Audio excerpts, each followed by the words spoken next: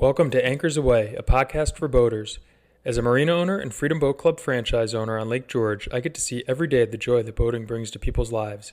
There's nothing like seeing the smiling faces headed out for a fun day on the water and the experiences we help provide and memories we help make as people disconnect from their busy lives and reconnect with family and friends.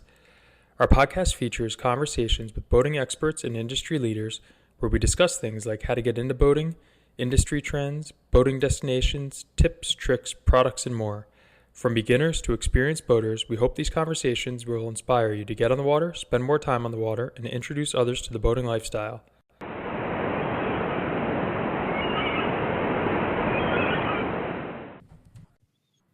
In the 5 years I've spent as part of the boating industry, I've often tried to put into words how impactful boating can be for creating memories, sharing experiences, and just spending quality time with family and friends, enjoying the beauty of being on the water. In that time, I don't think I've ever done it quite as effectively as Jesse Simpkins seems to be able to do day in and day out.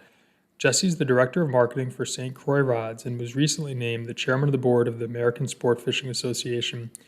You can tell even from this short conversation that Jesse eats, sleeps, and breathes fishing and loves sharing it with others.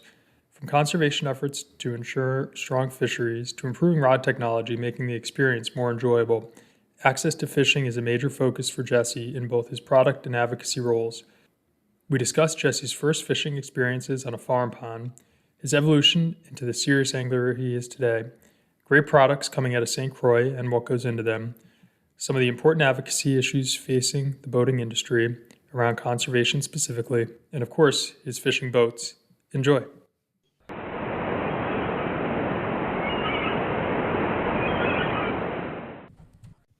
Well, Jesse, thanks so much for joining me. I know it's an exciting time there with the holidays coming up. You recently becoming the chairman of the board of the American Sportfishing Association. Some great press about some of your new products. So I really appreciate the time because I'm sure you have a ton of stuff happening right now there. Well, Matt, it's my pleasure. And, we work in the fishing industry, right? So we're blessed.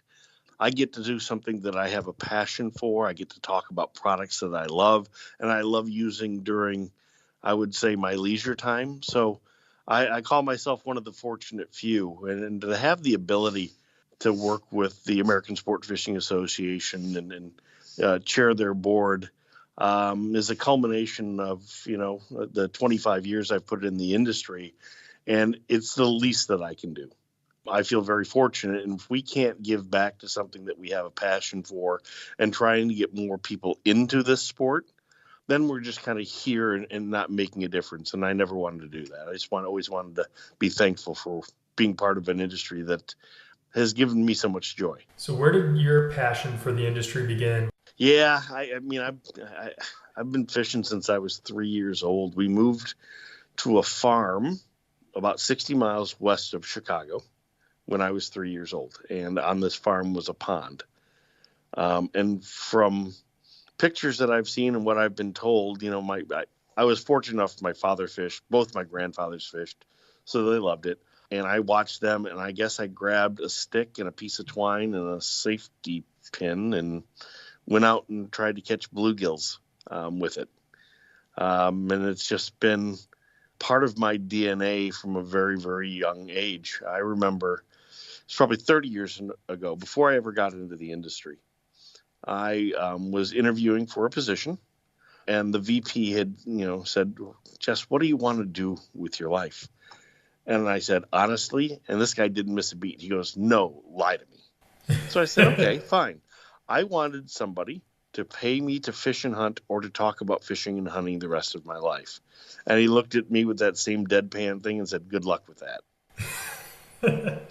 5 years later, I was fortunate enough to be able to get on with Plano Molding, which is the world leader in tackle boxes. And it was located literally 10.3 miles from the farm that I grew up on. And I had an opportunity to take a vacation, right, and turn it into my vocation, take that passion and wrap it up. And I was very fortunate to have great people there, a great product, a great brand. And that started my career. So how did your fishing evolve from bluegills on a pond to what were some of the next steps in terms of expanding your fishing horizons? Well, beyond the pond, there's a creek running through the farm, so I learned that. This is a rural farming community. When I first moved there, was 1,100 people. I think currently, I don't live in that town anymore. I think there's 2,100 people in the town now. So it's not large. But as a young man, I would have a bicycle and I would go and find all the creeks and all the farm ponds, within whatever radius I was willing to bike. And at some points, it was a pretty long bike ride. And just kind of learn a little bit more. I learned to fish creeks, by wading them and spending lots of time just going through them and catching anything from creek chubs to rock bass to smallmouth bass, in these creeks, and just had a lot of fun. Learned how to catch carp. I always tell people all the time, if you want to get a kid into fishing, go carp fishing, right? Because as soon as you hook one and they take off screaming like a freshwater bonefish, their eyes are going to get big as saucers and they're going to love it. It's a blast. And that just kind of evolved into, once I learned a little bit more and understood other species and going up to Wisconsin or Minnesota to go walleye fishing, and then eventually doing fly-in trips into Canada as a young man, I really enjoyed it. And then obviously when I got into industry, it really expanded my horizons into, saltwater fishing, fly fishing, and doing things. I've been very fortunate that I've fished on 5 different continents and just really had an opportunity to learn a little bit more about fishing, right? And about culture around fishing by having that opportunity. So again, I've been blessed and I'm very fortunate, but it all started literally on a farm pond. Is the culture around fishing dramatically different continent to continent or location to location, or is the culture Oh a no, lot in common? no, I don't personally think so. It's funny. You would, I go into conferences and large meetings, and for some reason, right, you'd see this group of people gravitate, like there was some gravitational force pulling them together. And usually what you'd find is that's a group of men and women anglers who have gotten together to share their passion and talk about fish they've caught, baits they've used, techniques that they're working on. And I think that regardless of the place on this big planet here, fishermen tend to gravitate together because of the passion that we have and love that we have for angling and catching fish. And sometimes it's just about being on the water and not catching the fish, but just having that experience there. All of that comes together. Is there an experience or two, and there might be 100, but one or two that really stand out when you're thinking back on all the times you've had on the water of Boy, I've been so fortunate. You know, uh, Fishing in Alaska, we're halibut fishing and rock fishing and having humpback whales come up next to you, right? I mean, that's one of those things that you just go, you know what? This is really something to be able to have this experience. And then catching my first redfish in Venice, Louisiana on a topwater and watching that strike of big bull reds. It's like somebody threw a 16-pound bowling ball off a 3-story building when they hit, You remember these things. I remember my very first bonefish on the fly. In fact, I still have the fly. I cut that fly off, put it in my pocket right after I caught that fish. Those are the types of things. And then, I've got a dear friend whose sons loved to fish. And so we used to take my boat onto a little farm pond near where Plano was. And I remember it makes me chuckle because at that time I was tournament bass fishing a lot. And so I've got these kids behind me that are like 5 and 7. And when I get on the trolling motor, I get kind of laser focused and I'm sitting there picking off wood and going that. And finally he goes, stop. And I said, what? He goes, you're fishing like you're in a tournament and we're here to fish with the kids. And it just made me chuckle and it was a great grounder because that's truly what it's about. Sometimes we have to take a step back and remember that when we share the experience, it's so much more fulfilling than when it's just ourselves. Yeah, that's a great segue into something I love to talk about, and that's how to get more people into boating and into fishing and really engaging that next generation of potential boaters and anglers. What are some of the things from a grassroots perspective you think can be done in the industry to engage more people in the future generations? Well, I think there's a lot being done already. From an ASA standpoint, Keep America Fishing, the KAF program, is a really good way to get ingrained, right, and understand what's happening not only in the industry but from a legislative standpoint for access, right, and then finding local clubs. For me, that is so important. We can do only so much as an association, right? We can make sure that there's access and provide information, right? I know that we work with RBFF, and they've got a great app that they share about how to get a license right through the states. There's so many teams pulling together that we also need to understand how important it is from a regional or a grassroots level to get people involved. And I don't care if it's the advent of high school fishing, which has just blown up in the past few years, or it's the local bass club, or it's a local YMCA that gets people out and gets them to experience what it's like to be on water or near water and either boat or fish. I mean, there's so much more to it than just catching the fish. It's about sharing the time. It's about sharing the experience. I know there's lots of times when, you go fishing and for me, just kind of watching the sunset or come up over the horizon in the morning, having that just really beautiful day. I don't care if I catch a fish or not. I just want to be out there having the experience and sharing that experience with my family, my friends. And I think there's lots that can continue to be done from an ASA standpoint, and you'll continue to see that from us. We've been given a gift this year, and I know that 2020 has been a challenge with COVID and having to isolate, but I know that the boating industry and the fishing industry has been benefiting from the fact that boating and fishing are activities that we can do as a nuclear family or a nuclear group of friends, right? That still allows us to be distanced, but share an experience. And if we don't feel that we've been given a gift this year, then we're not looking at it the right way. And I talk to it with my board, and we talk about the communications that we have to have, because we need to claw, scrape, grab, and hold on to every single angler that came on this year.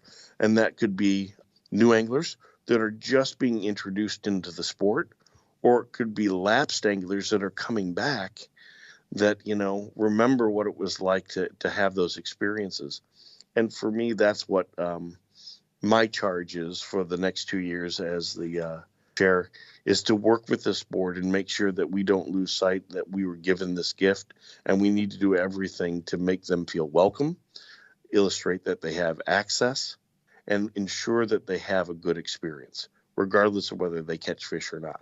Now I want to put your other hat on and talk about how you're accomplishing that goal on the product side, and how some of the product introductions and some of the new technologies you're incorporating, and really the diverse suite of products that you offer are also helping, get people into fishing. But like you just said, making sure they enjoy the experience and stay in it. Well, we talk about our goals and our mandates here at St. Croix, and we know that we have a statement. We exist, right, to give every angler the upper hand on the water. And what we mean by that is the fact that when we handcraft a rod and the materials and the technology we put into it, that is the link that they have to the fish, to the experience. And we want to make sure that we're doing everything that we can to heighten that experience and make sure they know that they have a quality product. And in having that, they're going to have a much better fishing experience. From our standpoint, we continually push the envelope of ourselves, of the materials that we make, because all of our materials here at St. Croix are proprietary to us, right? Through the technologies we envelop into our rods themselves, and there's numerous technologies depending on the rod and the price point. And then we look to push envelopes, bringing in new materials, bringing in new componentry to even heighten the experience, on some of our top end rods. But this is the one thing that I'll say, and I don't care if it's my opening price point rod to the most expensive rod that we have, every single one of them is crafted the exact same way, with the exact same attention to detail and with a passion and a precision that gives us the ability to talk about being handcrafted. And is it really 32 pairs of hands on each rod? It's funny you say that because it's a minimum of 32, Wow. because what that doesn't take into consideration are the engineers spending time designing them, the people out in the field that are product testing them. These are the people who physically have a hand in taking the material, turning it into a blank, getting the blank refined, getting it painted, getting handle assembly done, getting guides put on, wrapping them, getting it finished.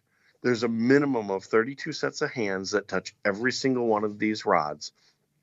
And every single one of them feels that if they don't do their job perfectly before they pass it on to the next person, then they have failed the end user, our anglers. And it's so rewarding to see that when you walk through our facility here in Park Falls, Wisconsin, and you see that attention to detail. You know that they care about the person that's going to be out there utilizing that rod to have that experience. Can you tell me a little bit about the Legend Extreme? Because I've seen that get some great press this year. Best in Show at ICAST, and probably an exciting product for you, maybe as a holiday gift heading into the season here for people to think about. Yeah. So, again, we talk about it as a product team and as a company, what it is that we are trying to do to live up to best rods on earth, to live up to our mandate, of giving an angler an upper hand, to give every angler that deserves the best fishing experience possible. So we take those thoughts and we say, what does that mean? Well, in the product meeting, one of the team members goes and says, I want to build the most sensitive rod that St. Croix has ever built. And, that was one of a number of things, but that's what we all came back to. And we said, okay, so what are the components that go into sensitivity, the materials, the handle, the guides, right? All of that. And we started just playing and refining it. And what came out of that this year was the brand new Extreme rods. It took our best materials, our SC6 and our SC5 materials. We've laid up the patterns differently so that we could maximize the transfer of energy. We've got a handle in those Extreme skin handles that have direct contact to the blank, and the way that we manufacture them, and it takes 2 weeks to build just the handle, that specific handle. The way that the energy transfers up is considered every time. When we test that, we can empirically prove it. And then we sought out the most sensitive guides in the marketplace, and our partners at Daiwa make an AGS guide. It's a carbon fiber guide. And when you have that carbon foot on the guide against a carbon blank and transfer that energy, it's ridiculous how sensitive it is. And we started playing with it, and it took us 18 months just to be able to come up with a rod that we kind of liked and then start the testing. And then when we put it into the hands of our field pros, and that is anywhere from people who are in saltwater, right, that are bass fishing, all the way up to walleye anglers in Minnesota, the feedback we got was remarkable. And we knew we had some tweaks that we were able to make just to make it even better. But the final product was just one of the prouder moments for us as a product team and as a company, because we had the ideal of building the most sensitive rod that St. Croix has ever produced, and we delivered on that promise. That's great. I've been encouraged to see kind of the partnership in the outdoor industry between hunting, fishing, boating, and they all kind of feed off each other and can help each other grow. Where do you see the partnership as a whole outdoor pie going, and maybe a little bit about the 30 by 30 initiative? Yeah, well, an 80-30-30 is something that's come up recently, and I mean recently within the past year. And as a boating and fishing and hunting community, we all have to band together. We are the only what I would call pay for play segment of the outdoor industry, right? And outdoors, I mean golfing, tennis, anything that people do outside, hiking, right? Fishing, boating, hunting all have excise taxes applied to parts of what their business is. And that goes back to restoration. It goes back to access. We are the best conservationists in the world because we take literally hundreds of millions of dollars every single year that we pay for in excise taxes and boat taxes, right, and fuel taxes, and we put it back into the resource. So collectively, it's important for us to make sure that A, our end users understand that B, the people who are fighting against us understand that, because without these dollars, there wouldn't be access for people who are, let's say, less consumptive, but still use the outdoors. And, to me, that's where we have to come together with our friends in the archery and the shooting sports industry, our friends in the boating industry, and us as a fishing industry. We have to bring visibility to that on a regular basis. What we do and the dollars that we are engaged in spending to make sure that there's a resource for us going forward and for how we want to be able to grow. I think this year, with the ACE Act and the Great American Outdoors Act, we've seen literally millions of acres come back into recreational use. And that's outstanding. But it's really important from a timing perspective when you think about it, because we had millions of new anglers come into the sport, right? And so we want to make sure that there's ample access and ample opportunity. Conservation is definitely a very, very important part of what the next generation is going to experience. I think it's an excellent effort. From my perspective, it's the number one narrative that we have as an industry. Again, I go back to the point that I made before, and that is the fact that no other industries give as much back to conservation as the hunting and fishing and boating industries. They just don't. And so we recognize the fact that if we have the opportunity to use them, it is incumbent upon us to make sure that there's opportunities to continue to use them going forward. Well, we're coming up on time here, but I'm not going to let you get away without talking about your boat a little bit, because we do focus on the boats a lot here. So well, I you bet can you do. be brand agnostic here, but I'd love to hear some of the characteristics of the type of boat you like to use primarily when you're going fishing. It's interesting. Okay. People talk about it. The happiest day of their life and the saddest day of their life is when they buy and then sell their boat, right? I actually own, I hate to say it, 4 boats. I have, I'm primarily a bass angler, so I have a bass boat up here that I use, and I also have another bass boat that's in Illinois where I grew up. I had one that I used for tournaments for years, and then I have a very dear friend who has 3 sons, and each one of those sons were coming through the high school program. And the hardest thing for high school programs, especially in rural areas, was to find boats. So instead of selling that boat, I let him and his 3 boys use that during their high school career. So they had a boat to go to take to tournaments, to fish out of, and to practice off of. So I've got those 2 bass boats, of which I love them both for different reasons. And then I have a smaller, I call it my tin boat, with a smaller engine on it to navigate the smaller waters and rivers around here in northern Wisconsin where we live. It's places that I can get to in that I can't get to with my bigger boat. And then because I am a crazy passionate angler and would probably spend more time fishing than doing almost anything else, I have a kayak. And so I like to take that into some of the smallest waters up here. I'm fortunate. I live in a county in northern Wisconsin that has 2,300 fishable lakes in the county. Wow. Oh, man. So that means I could fish a different lake every day for 7 years. I tried to negotiate that with my bosses, and it didn't fly. Market research. Exactly. But you know what? I think that regardless of who you are and where you live, if you have a passion for fishing or being out, get yourself the right equipment. And then if you have an opportunity get yourself a watercraft that you feel comfortable with and can navigate the waters that you fish most often, and just go out there and enjoy being. That's the way I like to say it. I like being. I like being on the water. I like being on a boat. I like being near water. And we find that it kind of centers and grounds ourselves. And again, I'll take it full circle to when we started the conversation. When we can share that with our friends and our family and just enjoy being outdoors on or near water, I think we all get to enjoy being on this planet so much more. That's great. Well, that's a perfect way to wrap, and it sounds like the ASA and St. Croix have the right man for the job there. So thank you for the time and good luck, and look forward to seeing what you guys have in store for 2021.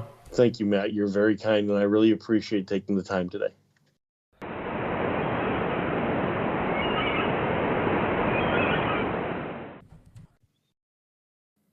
Well, I hope you enjoyed that. I really did enjoy talking to Jesse. You can tell, especially when we got to the point where I asked him about some of his best days on the water and he starts talking about some of the fish he caught, how deeply he feels for fishing and for these experiences, and really, talking about sharing boats with his friends' sons, how important it is for him to spread that love of fishing and spread that love of conservation, and really help grow the industry.